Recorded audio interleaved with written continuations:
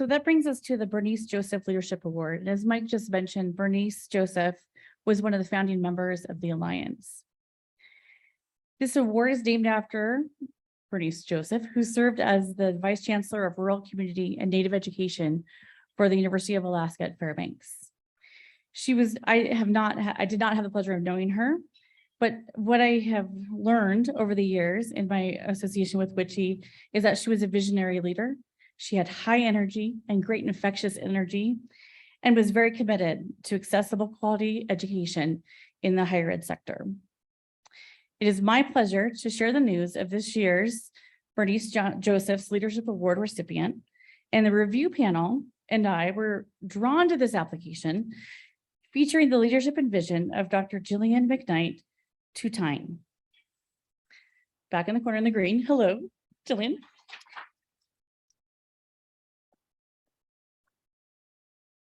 And what was very striking about the application that was submitted on by her and nominated by her staff was just the real proactive way that Gillian took in serving students throughout the pandemic, not waiting for the pandemic to subside, not waiting for when the dust settles, and not waiting for the pandemic to determine the future.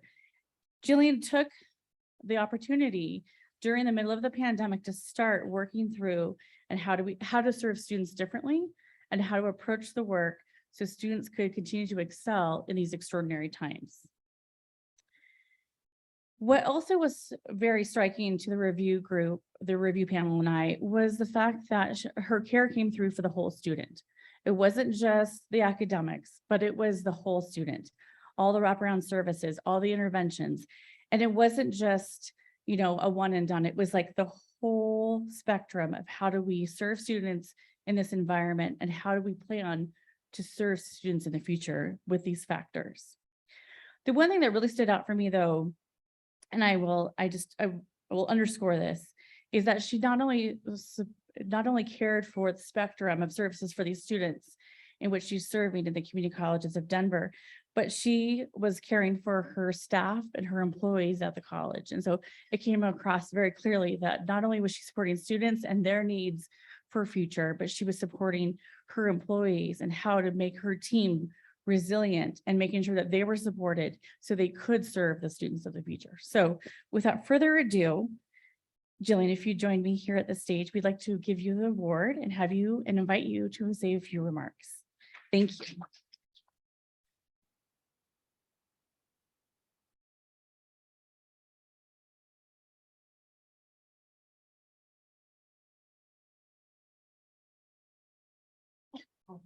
For the warning. Yeah, so nice to meet you. Congratulations.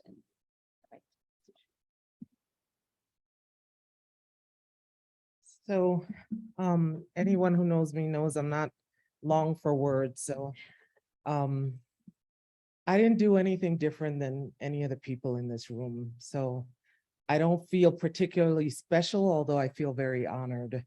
I know all of us were working at what I call breakneck speed to ensure that everyone was taken care of. And some of us, to the extent and detriment of our own selves, put our care aside.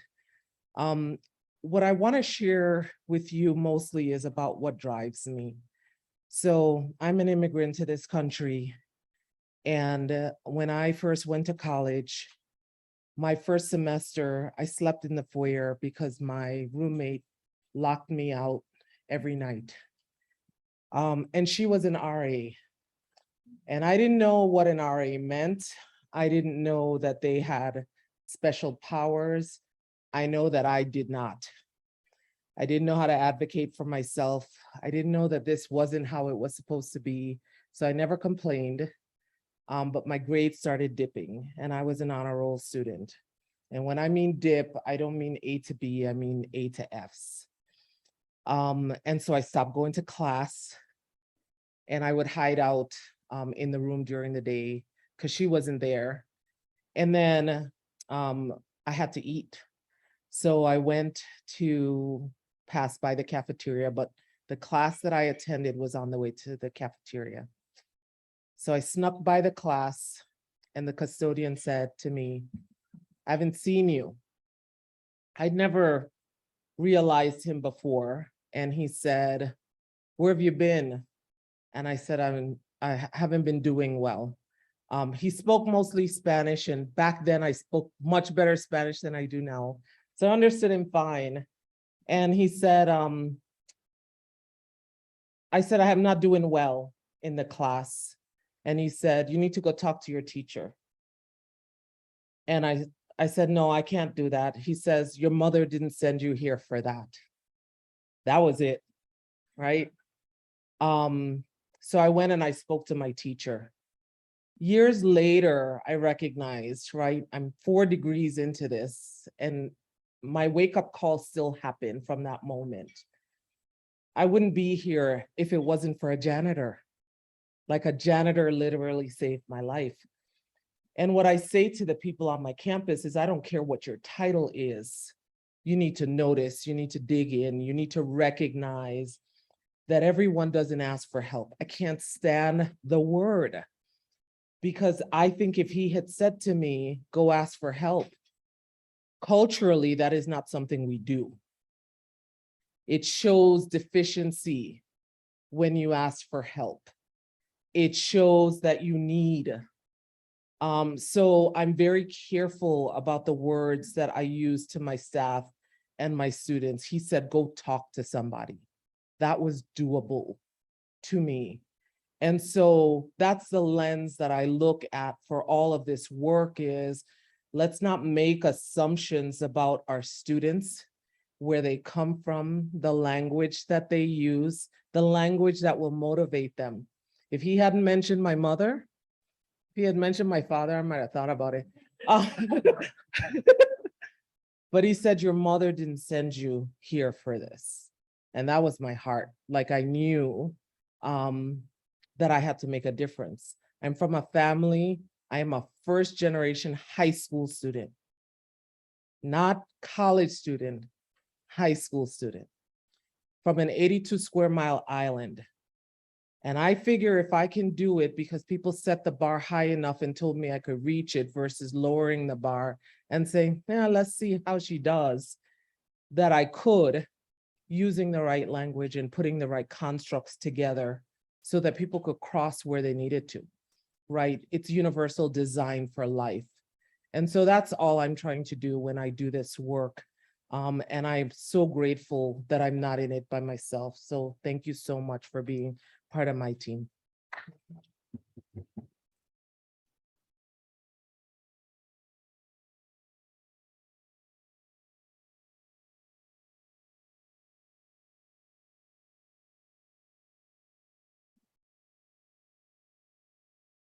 Thank you, Gillian. And I would like to now turn over the program to Sarah, who will be introducing our next panel, which is What's WICHE. Thank you.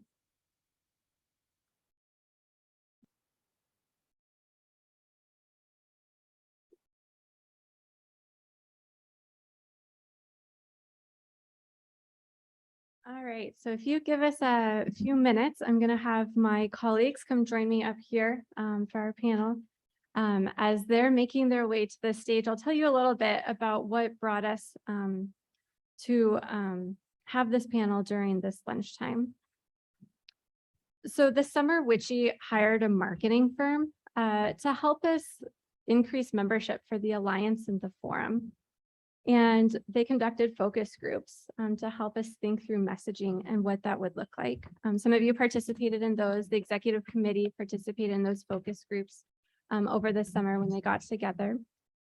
And what they found is a few different findings. One, the annual meeting like this is one of the biggest benefits that you all think of when you think of the Alliance.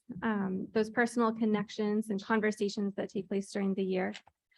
One of the things that they found that we could do better is help situate the Alliance within the context of programs and services, one of the 4 units of WICHE, and then within the context of WICHE itself. Our organization does a lot to help students and institutions across the West. And so we want to share a little bit about that with you today. Hopefully there's ways that we can collaborate with institutions and systems who are here, but also you might get some ideas as we talk and have ideas that you want to collaborate on with yourselves. So I'll go ahead and I'll moderate the session. I'll chime in from time to time with the perspective of programs and services, but I want to leave some time at the end for questions. You can find the contact information for the panelists in your packet. So we encourage you to reach out to any of us on this panel today. So with that, I will introduce my colleagues here. We have Dr. Russ Poland, the Executive Director of WCET, Dr. Liliana Diaz, Policy Analyst in the Policy Analysis and Research Unit, Dr. Todd Helvig, Director of Education and Training in the Behavioral Health Unit, and Dr. Kim Dale is one of WICHE's 48 commissioners, as well as the president of Western Wyoming Community College. So really excited to have that commissioner perspective on this panel.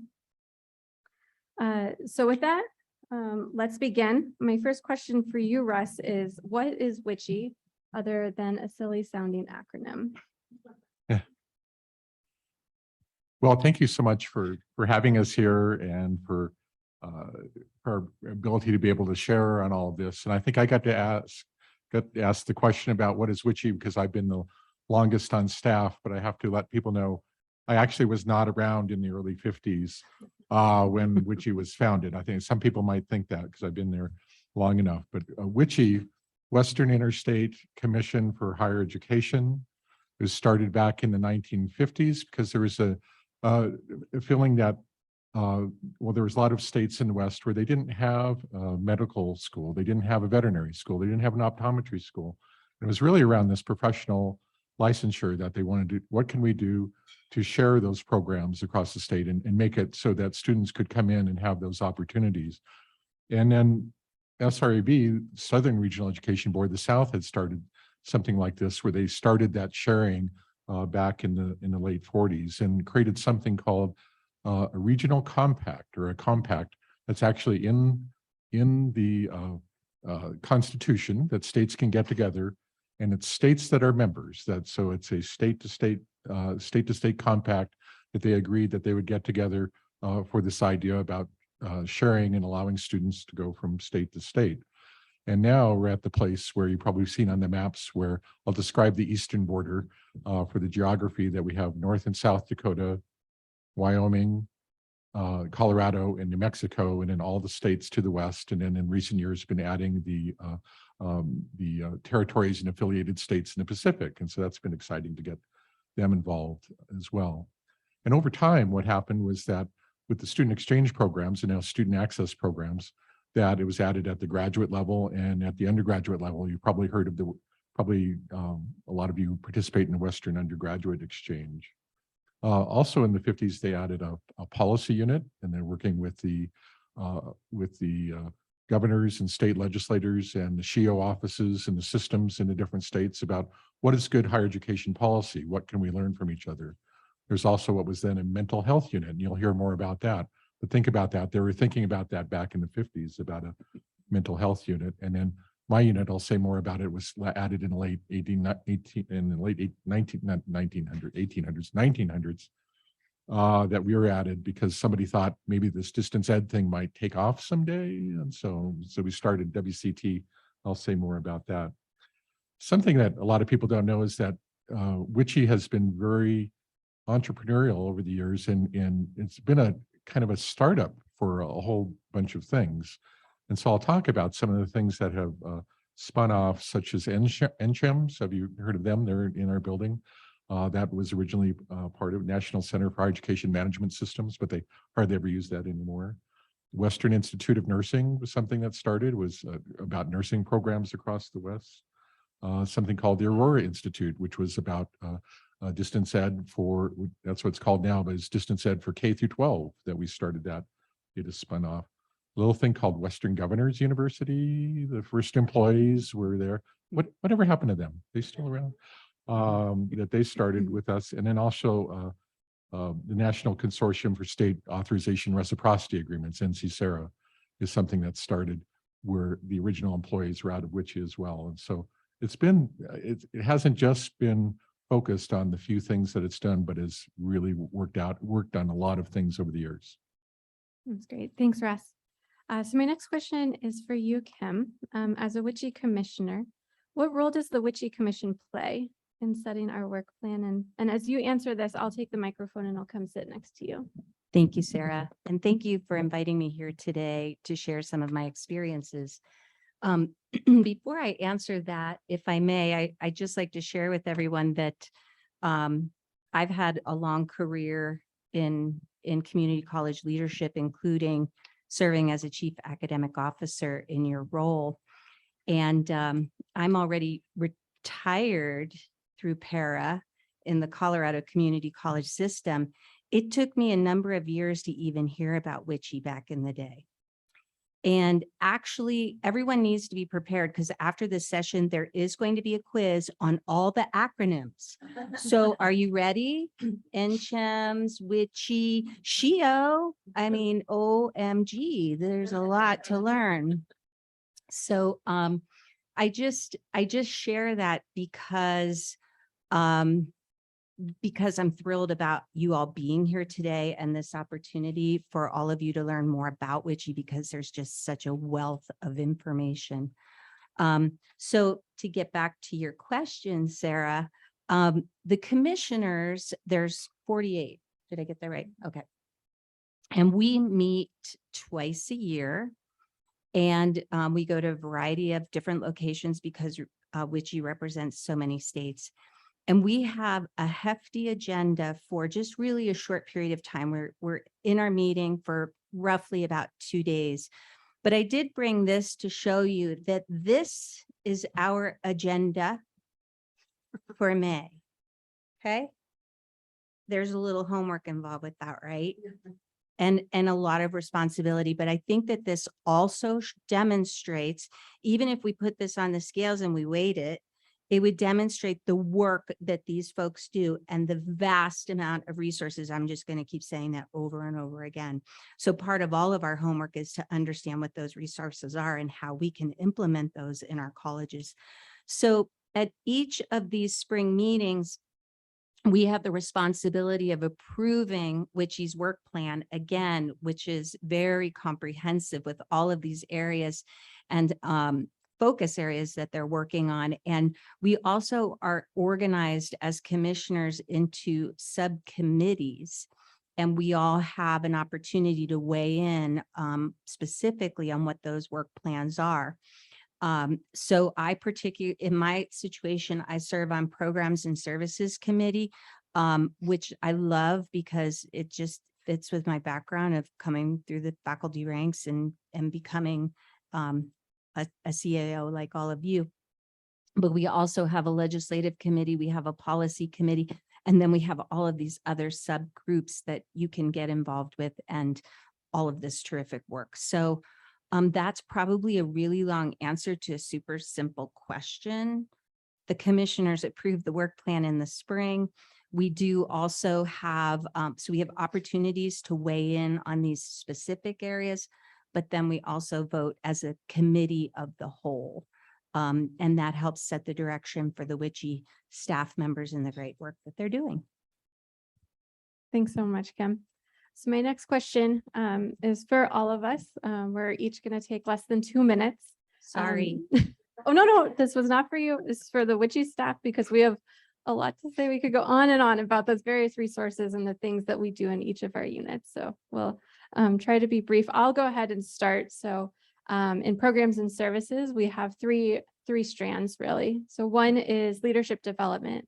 The Alliance falls under that. The Forum falls under that. The Leadership Academy for Aspiring Chief Academic Officers falls under that. We have the Student Access Programs. Russ, you had mentioned that. So those are the cost savings for students at the undergraduate, graduate, and professionals degree level. And then the third is cost savings. We collaborate with MEC, the Midwestern Higher Education Commission. They have a bunch of different cost savings programs for insurance, cybersecurity, mental health, and health tools that institutions can use for their students on campus. And so that was a quick summary of programs and services. You know most about programs and services, so I want the others to spend more time talking about their units. So Todd, I'll go ahead and pass it to you. Well, like many others, I could spend a lot of time talking about behavioral health services. I've been a psychologist for 20 years, and I've been in the field of behavioral health for 30 years. So, it's very near and dear to my heart. At WICHE, we, our focus, as you'll see and hear, I think repeatedly, is about relationships. I mean, above and beyond anything else, we build relationships, we get to know people, and we learn about what their needs are. And so in our behavioral health unit that started off as being called a mental health unit, I think it was changed a few years ago to be called a behavioral health unit, because we really broadened the range of the work that we do to include substance use disorders, as well as mental health issues, as well as a multitude of things that surround mental health and behavioral health. Now, as you can imagine, some of our work is very specific to campuses. But then again, a lot of our work is about community work, because that community work advances the work that we can do in and at campuses. What happens at a campus happens within the continuum of behavioral health that we expect and want to be in any particular community. For instance, crisis services. We do a lot of work on crisis services, and somebody in any particular state, and somebody might say, well, how is that related to campuses? What we'll say is that a campus institution's ability to provide counseling and mental health services is going to only be able to work insofar as they have resources that they can extend beyond what they do. So you have to have crisis services in your community, and you have to have training and education available. And so, like, part of our behavioral health unit focuses on a mental health technology and transfer center, where we provide education to providers and students, things like that, mostly remotely, but some in person too, and we partner with the University of North Dakota to do that. We also have 10 internships that we've helped develop over the last 10 years, from Alaska to Hawaii, Idaho. We have 3 new ones that we just started this year. Well, one of them we started last year, that's in Guam, but 2 we've started this year, one in North Dakota and one in South Dakota.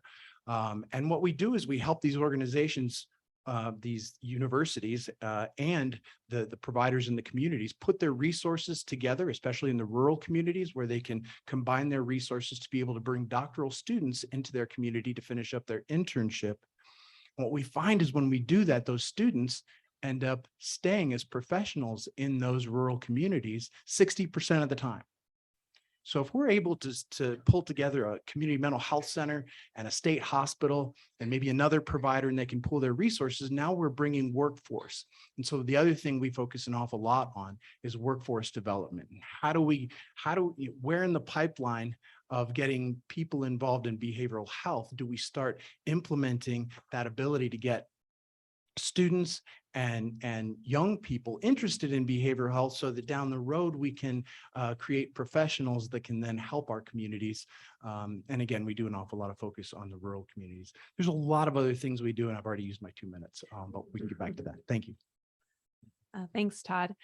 So I am here representing the policy unit here at WICHE, and I think I like to say that we're, excuse me, responsive to the immediate needs of you all, our members, and also forward thinking to what are some of the challenges that are coming within higher education, and to be prepared, or to at least have resources and research ready to go for when those challenges come knocking on our door. So a couple of projects that we're currently undertaking is our health workforce development. So a lot of your states, a lot of states across the West and nationwide are having challenges with recruiting workforce into the health and medical sector.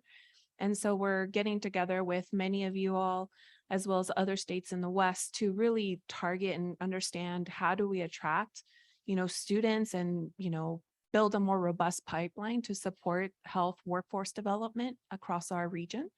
And maybe are there opportunities to partner with some of the other regional compacts to really tackle this from a different and multi-pronged approach. A second area, and I think Todd really spoke to that, is that behavioral health.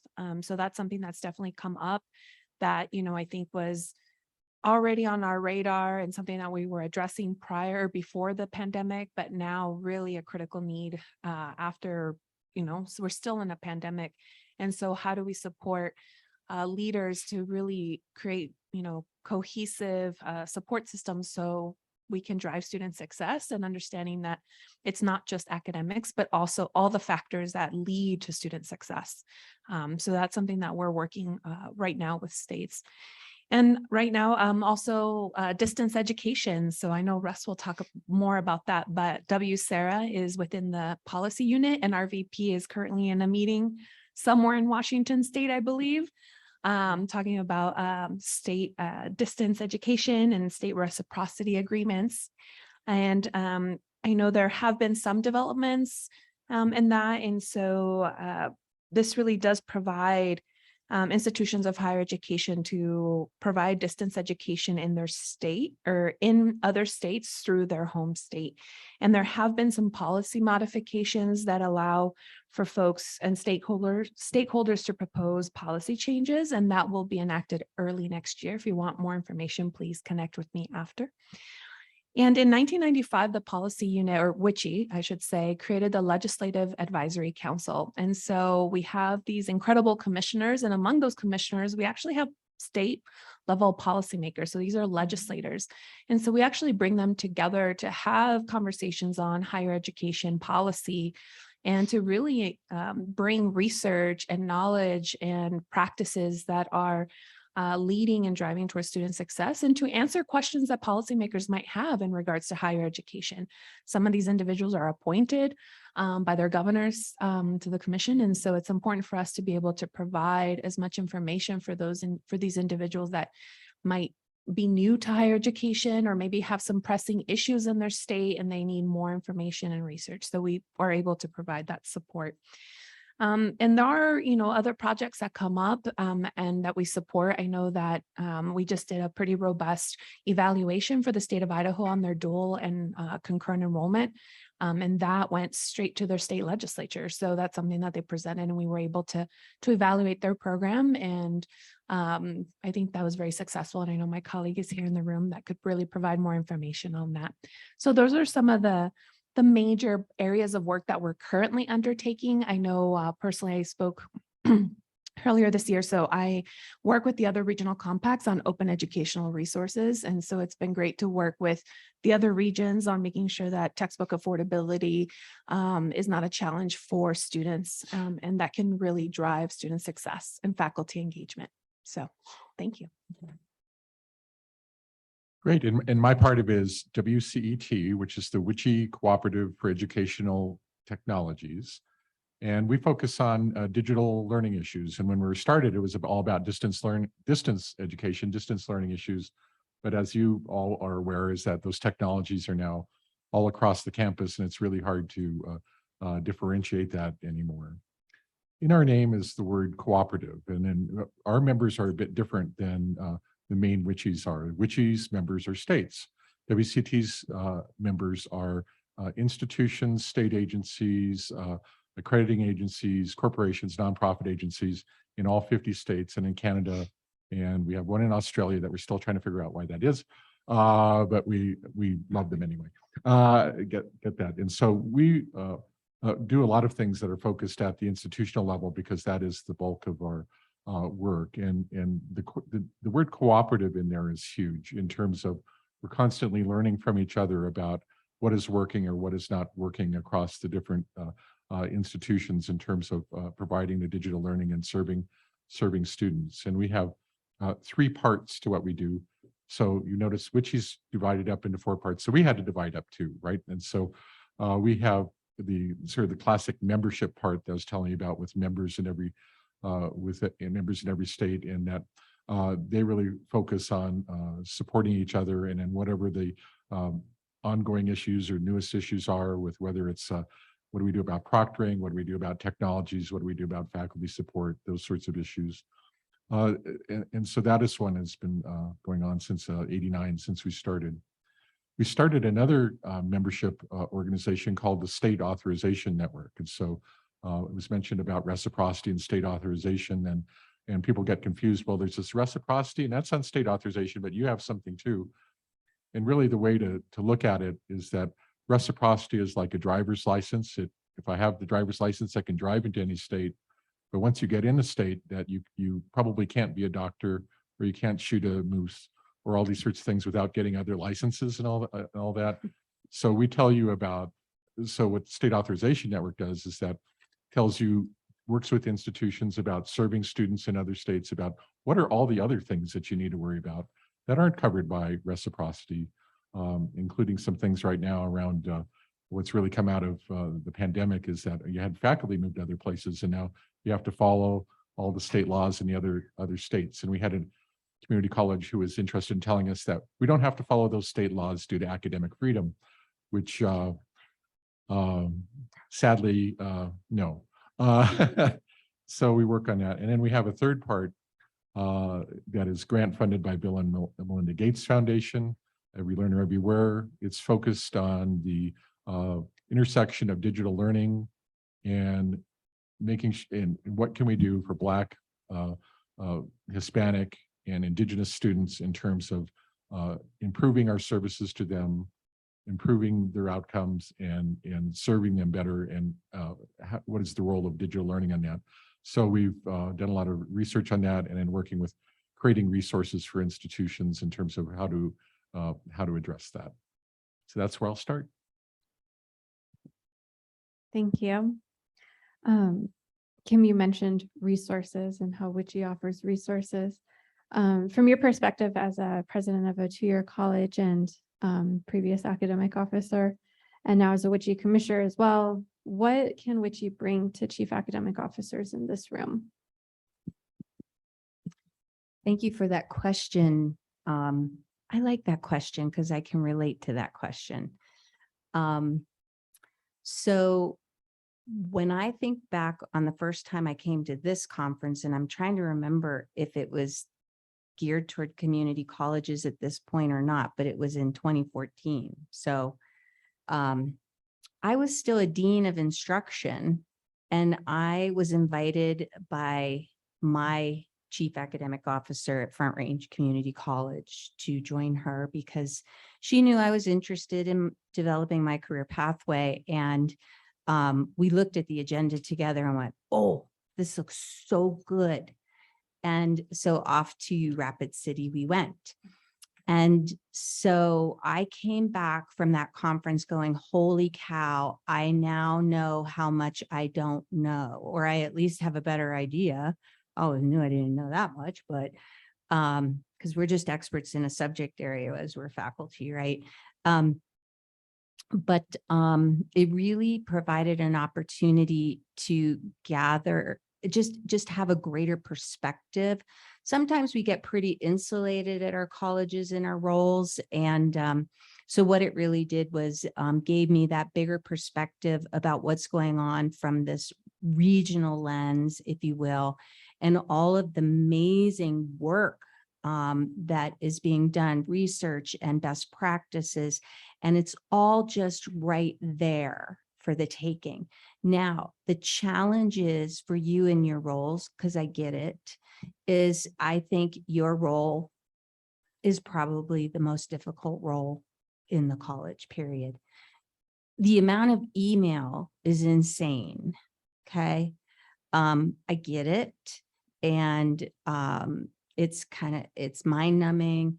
And so you're thinking about WICHE and all of these resources that are available, and you go to the website, and granted the website's way better now. Thank you very much, WICHE. But it is overwhelming. It can be super overwhelming when you look at all of this good stuff. From the toolbox to this amazing research and resources that these folks are sharing. And so I would encourage you to take a day, grab a cup of coffee. Maybe it's a Saturday. Y'all work Saturdays anyway. And really take some time to look at what is available and what those resources are, and at least get the periphery understanding of how and where and when you could utilize WICHE, Because I mean, I'm still learning that you could call WICHE up and ask them to help you with special projects at your college and even in your state. So, so the learning is continuous. And then I think the other thing that I am challenged with, and Dr. Cliff Whitstruck is in the audience today. He's our CAO at Western Wyoming Community College. Thank you for enduring your president being up here, Dr. Whitstruck. And thank you for enduring the fact that your president is a former CAO, because then she thinks that she can get in your business maybe a little bit more than she should. But you can't turn that off, okay? Just to be honest, because I still care deeply about the quality of instruction and what we provide our students. But I guess the point is that I still am thinking about how do we disseminate this throughout the college? And I think about this too from a commissioner's perspective, because when we have 3 commissioners that are representing each state, how do the commissioners, what is our role in disseminating information and advocating? And so that's some of the conversation that we are having now in some of our WICHE meetings to clarify what that is. But for instance, for those of you who have seen the emails that come out from WICHE, and you have those links that you can click on for those amazing reports, you know, knocking at the door and all of these things. And you're like, oh my gosh, I wish I could read all of these. I wish I could study all of this, but what do I do with this? So I think what makes sense is to just reflect on that and say, okay, who in my organization could most benefit from this information at this time? And maybe there's some baby steps, because as much as we would love to click through all of those resources that get sent to us, your jobs don't, they just don't allow for that. So maybe if and I'm guessing probably a safe assumption that we're all focusing on the health and well-being of our students and employees now more than ever. Maybe that's an area to focus on, and you know, these great resources available for mental health and behavioral health. Maybe you're looking at expanding access to rural communities. We're in Wyoming. And our college is located in Rock Springs, and we represent 29,000 square miles, the entire lower quadrant. That would be southwest of the state. How do we provide access? How do we continue to provide good service to these folks is always a challenge, and there's just great resources there. So I guess just to summarize, recognize everything that's there and then utilize those tools when needed, and figure out how most effectively you can share those with a lot of the other really smart people in the college that you're working with to see how they can utilize that information and make a difference. Thank you. I think that last point's really important, being able to pass it on to others at campus, and then bringing more junior staff to meetings and to other convenings such as this as learning opportunities for them. So now I'd like to turn it over to Todd, Liliana, and Russ. How has your unit typically worked with chief academic officers in the past? And if not directly, can you describe the work that you do that would most likely impact academic leaders? Well, I'll start on that one, because you know, I think as you can probably imagine, in a behavioral health unit, probably the most frequent call we'll get from a university is, hey, we want to start or build out our counseling center. So how many clinicians do we need to hire? That's kind of a typical call we'd get. And our approach is a systemic approach. So it's really, you know, we would want to have a larger conversation about the school, about the needs, about what they're seeing, about the resources in the community, because you know, we want to help the whole student and the whole campus and the whole community. Again, you can't take the campus out of that continuum of behavioral health care. So for instance, yesterday I was talking to a training director who was saying, we only have one psychologist in our campus counseling center. How are we going to get more people? And my response was, well, how are you using the other resources in your city and in your surrounding areas? Because while it might be an option to hire in more psychologists, another option might be to partner with other agencies and organizations that could help support you in what you're doing. And so, WICHE being kind of interconnected with a lot of these different organizations and a lot of different folks can make some phone calls and can make some things happen to start connecting people to the resources that they could use and need. And so that's kind of how we get involved with campuses an awful lot, is they'll call with one specific ask, and our response will be pretty broad. How can we come in and assess your needs, and then start building in the framework within which you can start seeing some additional resources that you can use. I think very similar, excuse me, very similarly to Todd, we really like to connect people to each other. And so a couple of things is that we have folks call us up, chief academic officers that have a question of, a question of practice. They're interested in something and they're trying to figure out how to do that, and, have others done this and what have been the lessons learned and the challenges.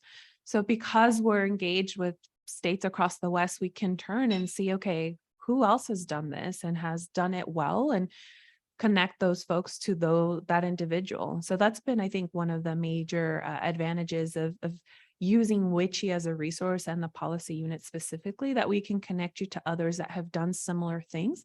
And we understand that states have very different contexts. So what applies in one state might not apply to another because of governance structures, but there are practicalities there that can, overlap, especially because at the end of the day, we're here to support students and their success, right? So that's one of the things that I know we offer as a policy unit, to be able to connect you to others that have done similar things or are tackling the same issue, and then we can get that collective action going and be able to address some of these issues together, which is, we have a chief academic officers call every other week. And this is where the behavioral health and the health workforce development issues have really emerged among these calls. And now together we're trying to tackle these challenges together. So I think that's one of the benefits.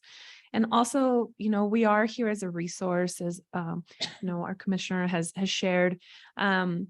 There are states sometimes that have to report to their state legislature a certain report or something that was in statute. And so you can always turn to WICHE, give us a call.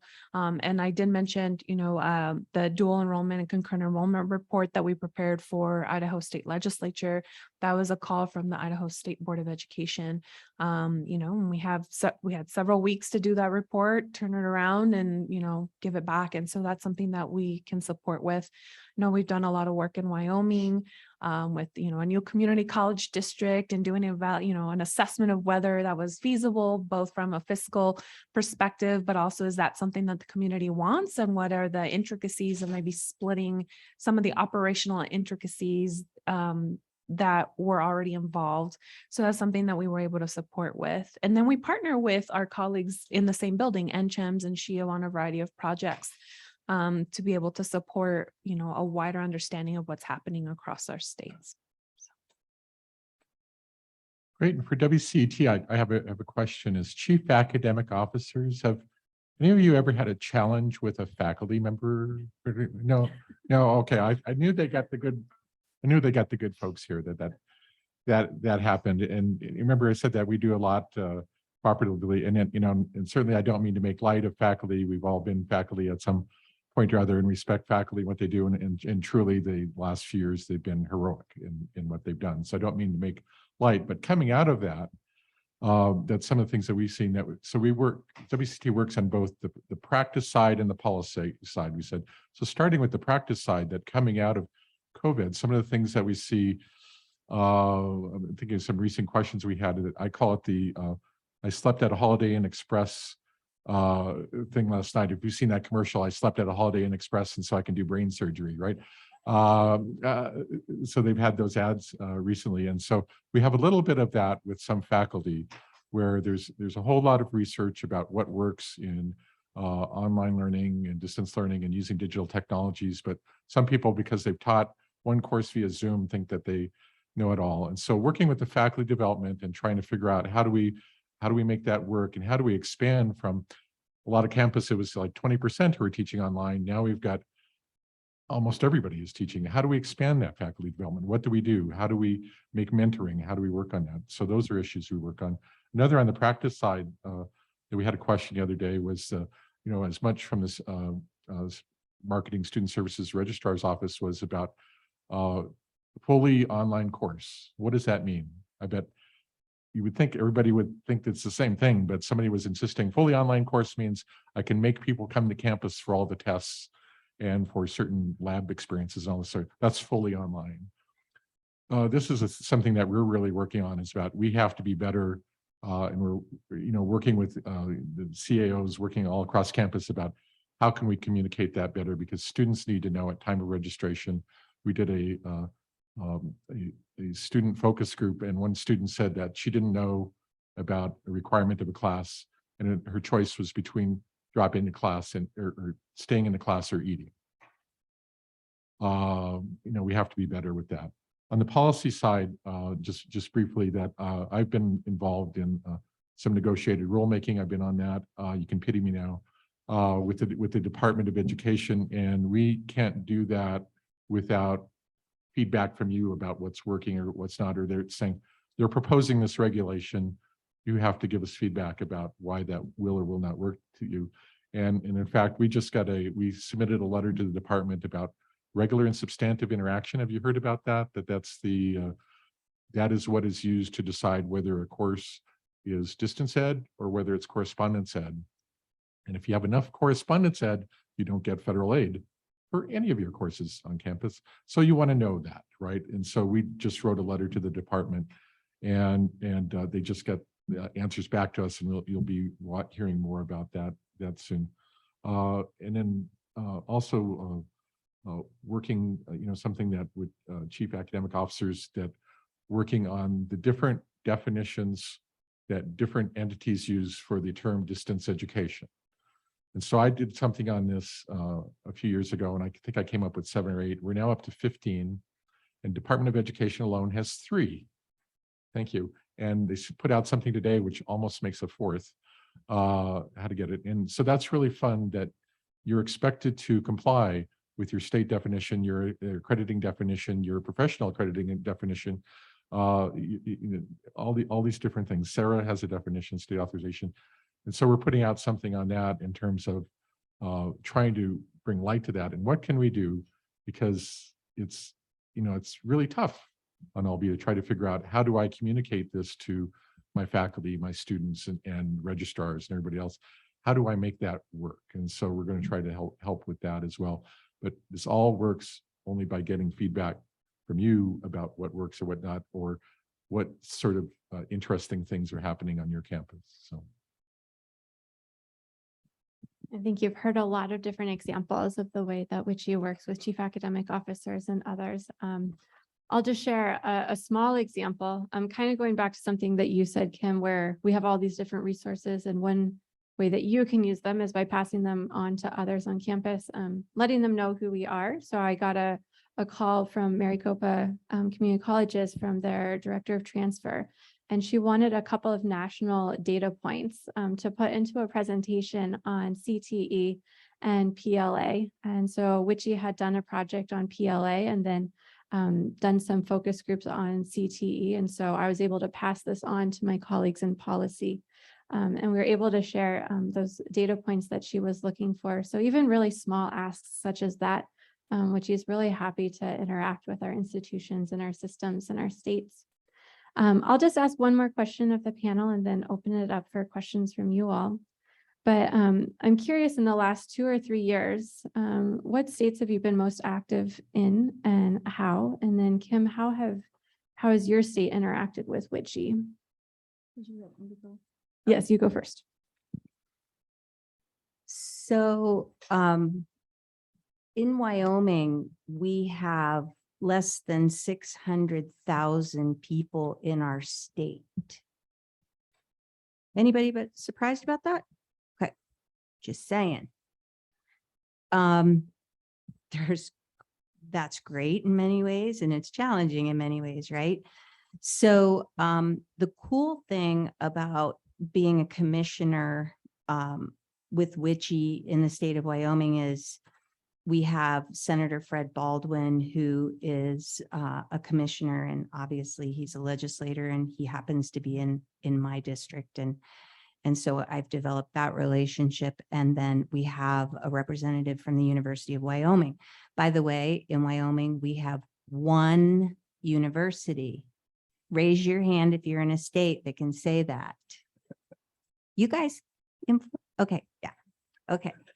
So when I think about, this statewide perspective, this is a really good question, because I don't think I've been doing the job I need to be doing as a WICHE commissioner. I need to do a better job of connecting with all the CAOs, not just with Dr. Wittstruck at Western, but I see two others at the table over there, and I'm thinking to myself, I would love to be invited to one of their statewide CAO meetings to have more conversations about how we can utilize WICHE and these resources to advance post-secondary education for our community colleges and our pathways to the university.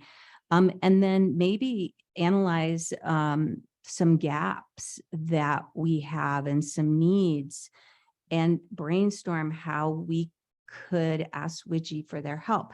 So I'm learning sitting up here right now, because one of the things that we don't have figured out in Wyoming is how to do dual and concurrent enrollment and have it to provide access, equitable access for students in the state.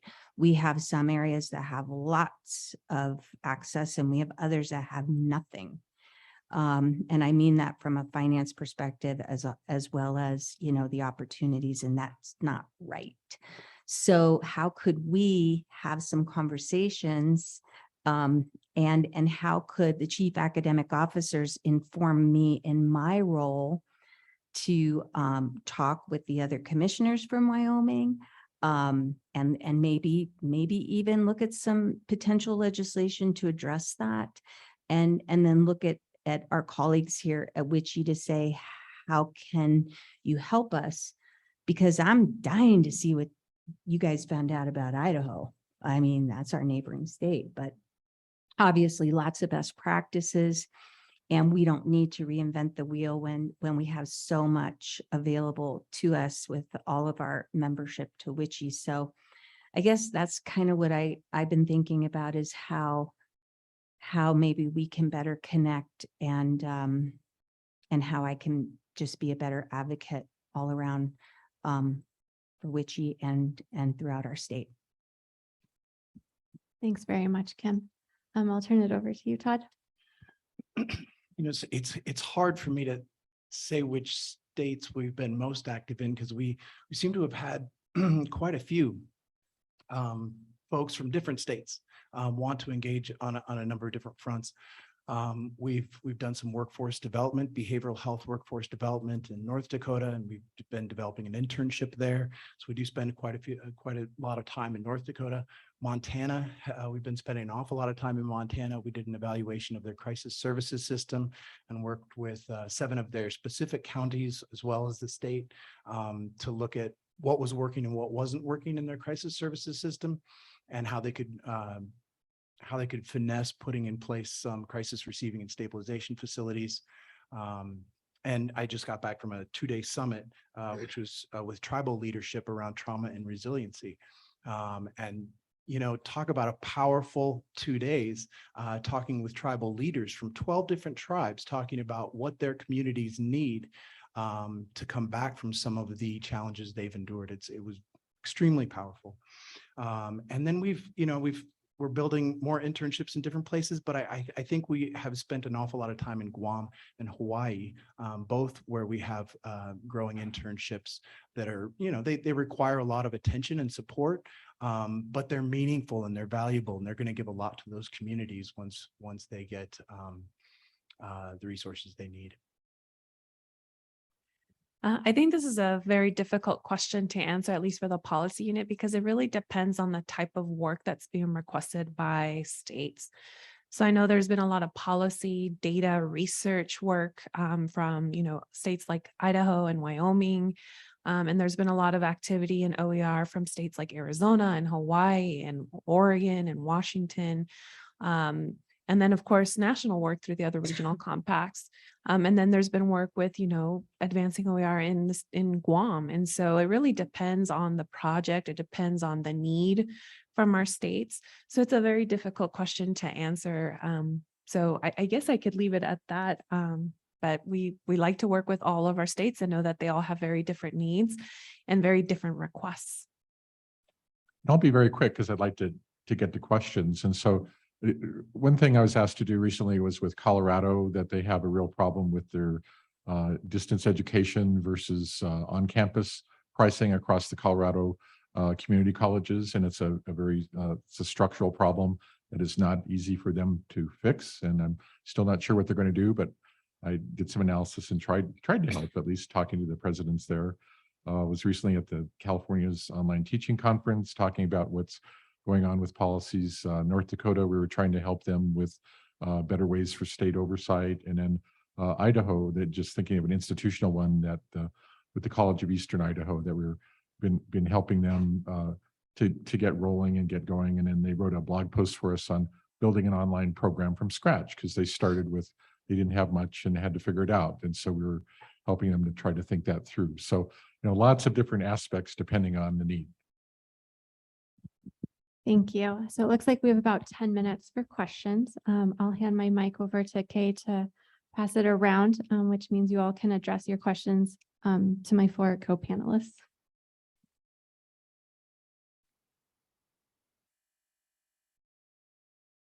It's a shy group.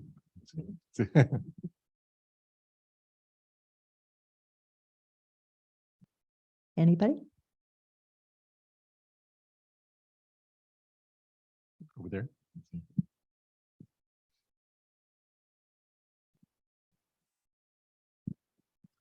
For those of us who might be seeking your advice or counsel, do you have a preference that you would rather work with, say, a system person through them, or do you have issues with us contacting you directly? What's your preference? I don't think it matters as long as it's the individual, and then we can have a conversation on who should be included in those calls and conversations and who should be invited to the table. So, if anyone's interested in asking or, seeking out, some sort of work or partnership, just reach out, and then we can go from there and really understand what your needs are and the scope of the project. I'm not sure who this one goes to, because it's kind of could fall in several different areas, but for a while there was a flash in the pan that we were going to have to know all the different licensing agreements for every state that we offered a license in. And that was going to be an arduous task, because every institution had to take that on. And so I was wondering, is that still happening? And are you maybe doing one answer for everybody in that respect? I don't know if that falls under policy or online or Sarah. Yeah, I'll go. So normally I would turn to her boss to start to start that, but I've done a lot in the reciprocity, and we are actually leading on this whole issue. And so what happened was that a surprise thing came out of the negotiated rulemaking earlier this year that would have made it so that if you were offering a program to a student in another state, that you had to, and this is the word, ensure that you met the professional licensing for that state. Well, on the face of it, wow, that's really great. That sounds really good.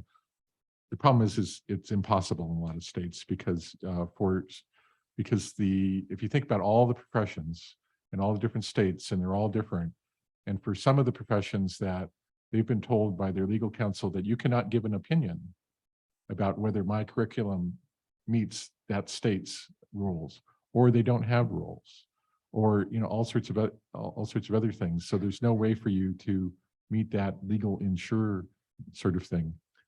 So that rule has been put on hold for now. we're waiting to see, it's supposed to come out in the final rules are supposed to come out in probably March or April of next year. Cheryl Dowd, who heads our state authorization network, has been doing yeoman's work on this and working with all of the licensing agency, the organizations of licensing agencies, to get them to understand that. Sorry that this is going on, to get them to understand this, because it wasn't on their radar. And it's going to be a huge amount of work for them. And the department never talked to them. It's a problem. So it's something that would be hard for institutions. It would be a burden on those.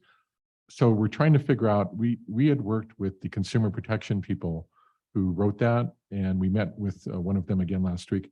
We're trying to come up with compromise language that meets their need, that if it's knowable and there's a state law, the institution should meet the state law.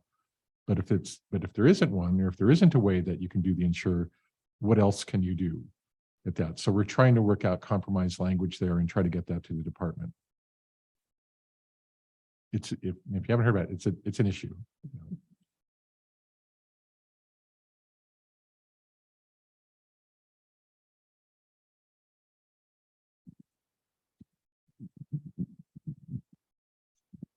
Thank you. So before we break, I just have an announcement about how the next session will work. But in the meantime, please help me thank my panelists. I think this was a really wonderful session. So after break, we have the opportunity to participate in innovation circles. We have 3 different presentations that'll take place in 3 different rooms, and you'll have the chance to go to 2 of those.